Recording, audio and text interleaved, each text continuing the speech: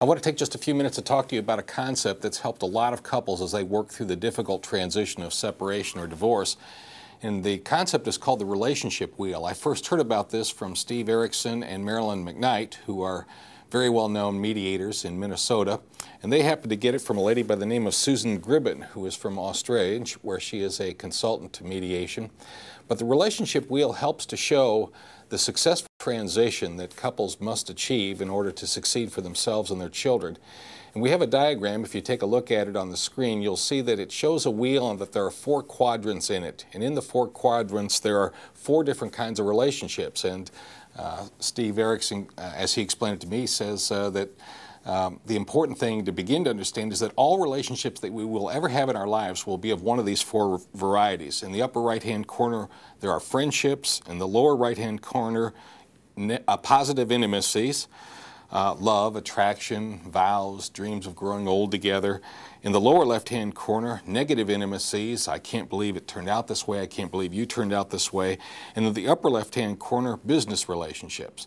Well, there are basically 6 things that can be learned very quickly from this relationship wheel. And the first is suggested by the arrows on the outside of the diagram.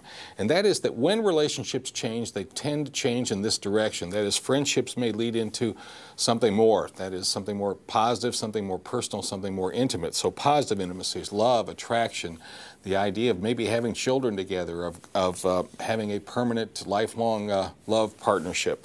When that fails, if it changes, we tend to go through this period of negative intimacy. That is hurt and distress and resentment and anger and bitterness and depression.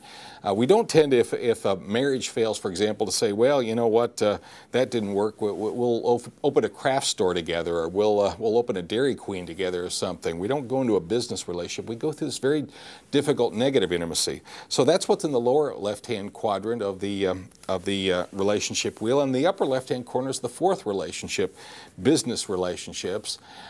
So that's the first thing to learn, is that when relationships change, they tend to go in that direction. The second thing is to be learned from that word rules, which is right under the word business. Business relationships are the only relationships that are run on the basis of rules. In friendships, I recently moved my law and mediation offices, and because I didn't want to pay professional movers to do all of it, I called some of my best friends and told them, hey, we're going to have coffee and donuts Saturday at 8 o'clock. Well, guess what? They were my friends. They had to be there. Our relationship isn't really run by rules. It's run by our friendship. The same for positive intimacies. When we're falling in love, we've taken someone home from a date maybe, but at 3 in the morning we wake up thinking about them. We call them, well, guess what? They have to take the call because we're just crazy and all blended and into each other. Negative intimacies, not many rules there either. You say 1 rotten thing about me, I say 3 rotten things about you. You file a motion about me, I file 2 motions about you. And we're all blended in a really negative way. We're still very much focused on each other. Business relationships are the one relationship that are run by rules. You can think of this as the drive-through McDonald's window. You know, if you wanted the large size, well, it's an extra 20 cents. You can think of it as almost any employer-employee relationship. The employer wants to have a certain job done, the employee wants to be paid, and so they get into a contract and an understanding about that. But it's run by the rules that, you know, if we do this and it meets my needs, then we'll meet your needs that you need. So that's what couples are really moving toward in a healthy divorce. It doesn't sound very romantic. It isn't. It's a move away from intimacy. It's a move toward a relationship that is no longer focused on each other, either positively, the love, the attraction, the vows, and so forth. That fell apart. But it's also not focused on each other negatively. We're not attacking each other. We are now shoulder to shoulder in this sacred task of giving our children a good world to live their one and only childhood. Let's minimize their losses, because they have huge losses, of course. Let's make sure they're not at a disadvantage compared to other children. That's the business that we're in. So divorced parents you might think of as being in the Joey and Kristen business. We're in the Joey and Kristen business. We're not in the business anymore of psychoanalyzing each other or attacking each other or bringing up a lot of history. We're in the Joey and Kristen business.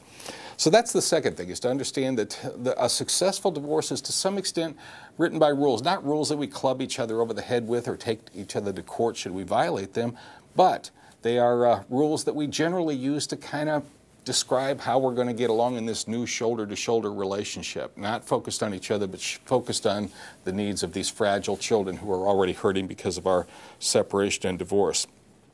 The third thing that we can learn is from that small circle and arrow on the left-hand part of the diagram, the one that goes from negative intimacies to business relationships. That little circle with that little arrow in it shows what a successful divorce is about. And as I said a moment ago, it doesn't sound very romantic. You mean, well, we're not going to be best friends, we're not going to be attached to each other in that real personal way? No, you know what, we're not. And that's why, to some extent, the messages about the relationship rule are related to another article that we have, or another topic you've probably thought about, which is the matter of grieving, of going through those processes of denial, anger, bargaining, but then depression, and finally acceptance. It's getting to a point of having kind of a business relationship. We should eventually end up with warm feelings toward each other to some extent. We should be able to walk our kids down the aisle. We should be grateful that we gave each other the greatest gift we'll ever have in our lives, these little treasures. But it is a business relationship. It's a relationship that has some separation and distance and a focus shoulder to shoulder on something other than ourselves. We're not focused here any longer. We're focused shoulder to shoulder on these kids who need us. The fourth thing that I think we can learn from this is suggested again by that drive-through window at McDonald's, or the employee-employee relationship, which is think of those relationships. Why do they work? They work because people are not involved in, you know, a lot of intimate personal activity. They're not saying, well, you know what, you're like that because you're a narcissistic personality with histrionic tendencies, you know, and all these things that we can get involved in, diagnosing each other and blaming each other and finding all these problems in each other. So think of that analogy when you think about how can I make my co-parenting relationship better. Well, how would I be doing with the conversation I'm proposing to have with my co-parent really be the kind of one I would have at the drive-through window at McDonald's? If you think of McDonald's, by the way, imagine if you had a terrible disappointment in your day, which is this. You were thinking all day of having a McDonald's milkshake, a chocolate shake, and you were just looking forward to it, and you go through the wait at the window, and you get to the window, and they say, oh, you know what, our milkshake machine isn't working today. Is it likely that we would start yelling at the person, well, you idiot, you morons, you're always doing this. This happened a couple of weeks, you know, you guys are...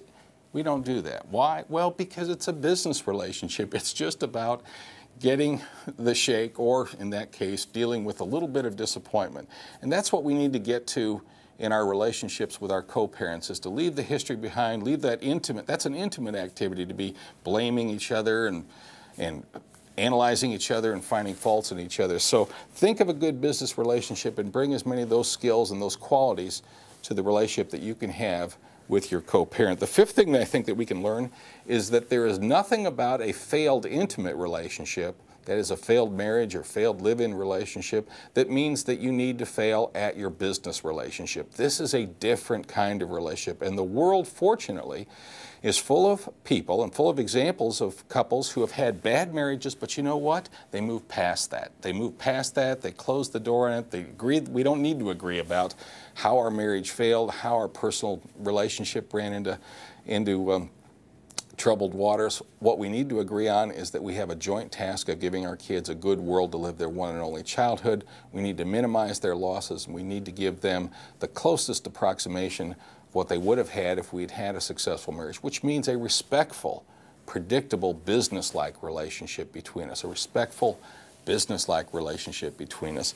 And the final thing that I think that we can learn and that we can take some comfort from is that this is not all that easy and immediate, but it will happen. And why, by the way, why is it difficult? It's because intimacy draws us in. Both the positive intimacy of the attraction and negative intimacy. When somebody fires something at us, the tendency is to fire back. It can be a little bit difficult. That's why it's heroic. It's a journey away from something that really is kind of calling our instincts to jump into. It's a journey away from intimacy. Think about this relationship wheel and think about the ways in which it can help you clarify the business relationship that your children desperately need you to have in order to succeed for them and for yourself.